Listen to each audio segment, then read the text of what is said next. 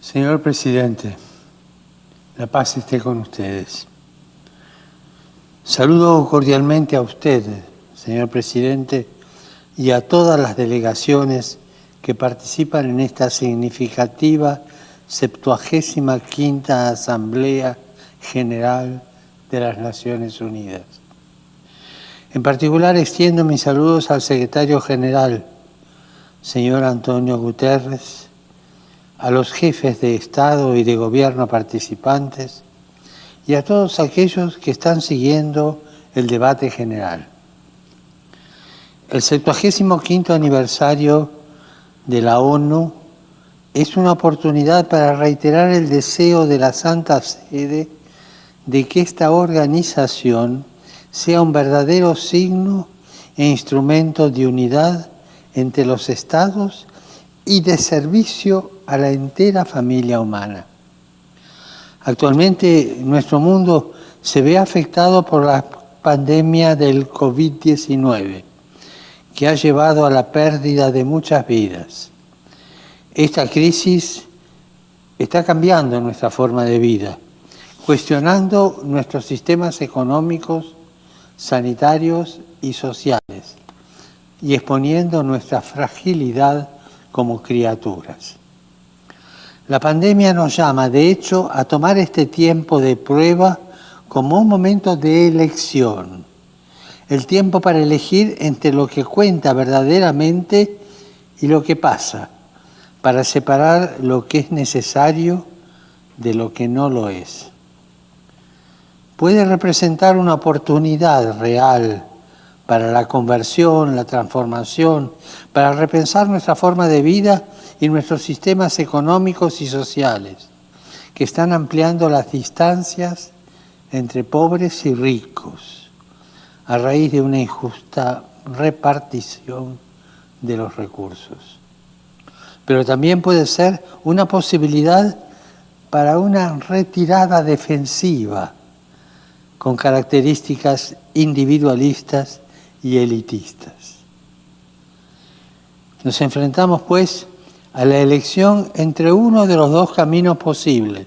Uno conduce al fortalecimiento del multilateralismo, expresión de una renovada corresponsabilidad mundial, de una solidaridad fundamentada en la justicia y en el cumplimiento de la paz y de la unidad de la familia humana, proyecto de Dios sobre el mundo.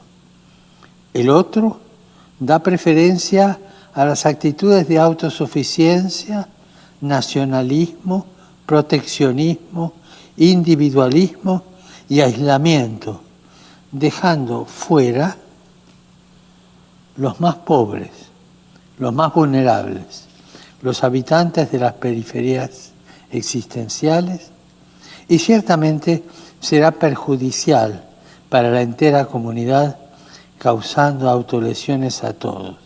Y esto no debe prevalecer. La pandemia ha puesto de relieve la urgente necesidad de promover la salud pública y de realizar el derecho de toda persona a la atención médica básica. Por tanto, renuevo el llamado a los responsables políticos y al sector privado a que tomen las medidas adecuadas para garantizar el acceso a las vacunas contra el COVID-19 y a las tecnologías esenciales necesarias para atender a los enfermos. Y si hay que privilegiar a alguien, que ese sea el más pobre, el más vulnerable, aquel que normalmente queda discriminado por no tener poder ni recursos económicos. La crisis actual también nos ha demostrado que la solidaridad no puede ser una palabra o una promesa vacía. Además, nos muestra la importancia de evitar la tentación de superar nuestros límites naturales. La libertad humana es capaz de limitar la técnica, orientarla y colocarla al servicio de otro tipo de progreso, más sano, más humano, más social, más integral. También deberíamos tener en cuenta todos estos aspectos en los debates sobre el complejo tema de la inteligencia artificial. Teniendo esto presente, pienso también en los efectos sobre el trabajo, sector desestabilizado por un mercado laboral cada vez más impulsado por la incertidumbre y la robotización generalizada. Es particularmente necesario encontrar nuevas formas de trabajo que sean realmente capaces de satisfacer el potencial humano y que afirmen a la vez nuestra dignidad. Para garantizar un trabajo digno hay que cambiar el paradigma económico dominante, que solo busca ampliar las ganancias de las empresas. El ofrecimiento de trabajo a más personas tendría que ser uno de los principales objetivos de cada empresario, uno de los criterios de éxito de la actividad productiva. El progreso tecnológico es útil y necesario siempre que sirva para hacer que el trabajo de las personas sea más digno, más seguro, menos pesado y agobiante. Y todo esto requiere un cambio de dirección. Y para esto ya tenemos los recursos, y tenemos los medios culturales, tecnológicos, y tenemos conciencia social. Sin embargo, este cambio necesita un marco ético más fuerte, capaz de superar la tan difundida e inconscientemente consolidada cultura del descarte. En el origen de esta cultura del descarte existe una gran falta de respeto por la dignidad humana, una promoción ideológica con visiones reduccionistas de la persona, una negación de la universalidad de sus derechos fundamentales y un deseo de poder y de control absolutos que domina la sociedad moderna de hoy. Digámoslo por su nombre. Esto también es un atentado contra la humanidad. De hecho, es doloroso ver cuántos derechos fundamentales continúan siendo violados con impunidad. La lista de estas violaciones es muy larga y nos hace llegar la terrible imagen de una humanidad violada, herida, privada de dignidad, de libertad y de la posibilidad de desarrollo.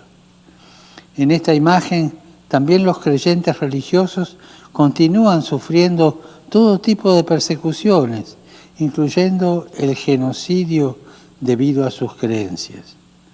También, entre los creyentes religiosos, somos víctimas los cristianos.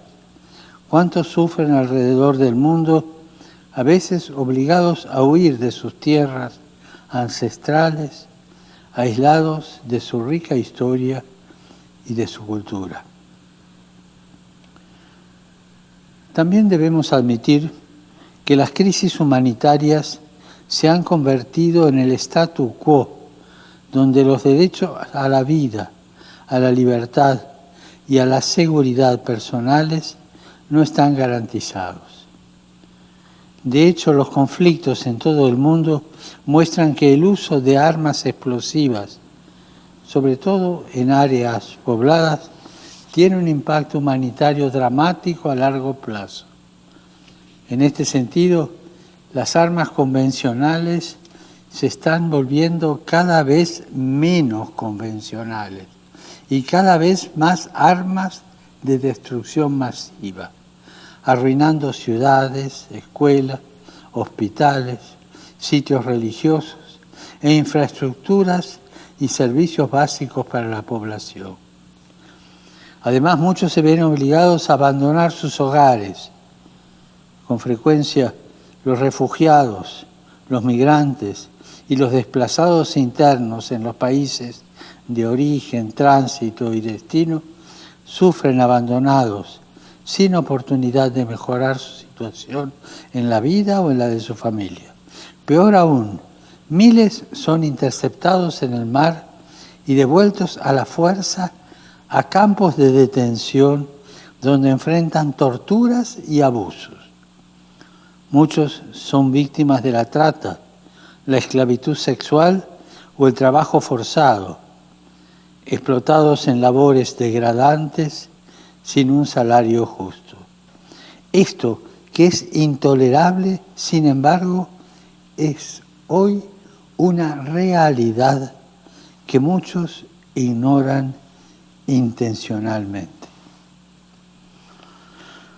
Los tantos esfuerzos internacionales importantes para responder a estas crisis comienzan con una gran promesa, entre ellos los 2 pactos mundiales sobre refugiados y para la migración. Pero muchos carecen del apoyo político necesario para tener éxito. Otros fracasan porque los estados individuales eluden sus responsabilidades y compromisos. Sin embargo, la crisis actual es una oportunidad. Es una oportunidad para la ONU. Es una oportunidad de generar una sociedad más fraterna y compasiva. Esto incluye reconsiderar el papel de las instituciones económicas y financieras, como las de Bretton Woods, que deben responder al rápido aumento de la desigualdad entre los superricos y los permanentemente pobres. Un modelo económico que promueva la subsidiariedad, respalde el desarrollo económico a nivel local e invierta en educación e infraestructura que beneficie a las comunidades locales, proporcionará las bases para el mismo éxito económico y a la vez para renovación de la comunidad y la nación en general. Y aquí renuevo mi llamado para que, considerando las circunstancias, se afronten por parte de todos los países las grandes necesidades del momento, reduciendo o incluso condonando la deuda que pesa en los presupuestos de aquellos más pobres. La comunidad internacional tiene que esforzarse para terminar con las injusticias económicas. Cuando los organismos multilaterales de crédito asesoren a las diferentes naciones, resulta importante tener en cuenta los conceptos elevados de la justicia fiscal, los presupuestos públicos responsables en su endeudamiento y, sobre todo, la promoción efectiva y protagónica de los más pobres en el entramado social. Tenemos la responsabilidad de proporcionar asistencia para el desarrollo a las naciones empobrecidas y alivio de la deuda para las naciones muy endeudadas. Una nueva ética supone ser conscientes de la necesidad de que todos se comprometan a trabajar juntos para cerrar las guaridas fiscales, evitar las evasiones y el lavado de dinero que le roban a la sociedad, como también para decir a las naciones la importancia de defender la justicia y el bien común sobre los intereses de las empresas y multinacionales más poderosas. Este es el tiempo propicio para renovar la arquitectura financiera internacional. Señor Presidente, recuerdo la ocasión que tuve hace 5 años de dirigirme a la Asamblea General en su 70º aniversario. Mi visita tuvo lugar en un periodo de un multilateralismo verdaderamente dinámico, un momento prometedor y de gran esperanza, inmediatamente anterior a la adopción de la Agenda 2030. Algunos meses después, también se adoptó el Acuerdo de París sobre el cambio climático. Sin embargo, debemos admitir honestamente que si bien se han logrado algunos progresos, la poca capacidad de la comunidad internacional para cumplir sus promesas de hace 5 años me lleva a reiterar que hemos de evitar toda tentación de caer en un nominalismo declaracionista con efecto tranquilizador en la conciencia. Debemos cuidar que nuestras instituciones sean realmente efectivas en la lucha contra todos estos flagelos. Pienso también en la peligrosa situación en la Amazonía y sus poblaciones indígenas. Ello nos recuerda que la crisis ambiental está indisolublemente ligada a una crisis social y que el cuidado del medio ambiente exige una aproximación integral para combatir la pobreza y combatir la exclusión. Ciertamente es un paso positivo que la sensibilidad ecológica integral y el deseo de acción hayan crecido. No debemos cargar a las próximas generaciones con los problemas causados por las anteriores. Debemos preguntarnos seriamente si existe entre nosotros la voluntad política para mitigar los efectos negativos del cambio climático, así como para ayudar a las poblaciones más pobres y más vulnerables, que son las más afectadas. La Santa Sede seguirá desempeñando su papel como una señal concreta de cuidar nuestra casa común. Recientemente ratifiqué la enmienda de Kigali al protocolo de Montreal. Señor Presidente, no podemos dejar de notar las devastadoras consecuencias de la crisis del COVID-19 en los niños, comprendiendo los menores migrantes y refugiados no acompañados. La violencia contra los niños, incluido el horrible flagelo del abuso infantil y de la pornografía, también ha aumentado dramáticamente. Además, millones de niños no pueden regresar a la escuela. En muchas partes del mundo esta situación amenaza un aumento del trabajo infantil, la explotación, el maltrato y la desnutrición. Desafortunadamente, los países y las instituciones internacionales también están promoviendo el aborto como uno de los denominados servicios esenciales en la respuesta humanitaria. Es triste ver cuán simple y conveniente se ha vuelto para algunos negar la existencia de vida como solución a problemas que pueden y deben ser resueltos tanto para la madre como para el niño no nacido. Imploro, pues, a las autoridades civiles que presten especial atención a los niños, a quienes se les niegan sus derechos y dignidad fundamentales, en particular su derecho a la vida y a la educación. No puedo evitar recordar el apelo de la joven valiente Malala Yousafzai, quien hace 5 años en la Asamblea General nos recordó que un niño, un maestro, un libro y un bolígrafo pueden cambiar el mundo. Los primeros educadores del niño son su mamá y su papá. La familia que la Declaración Universal de los Derechos Humanos describe como el elemento natural y fundamental de la sociedad.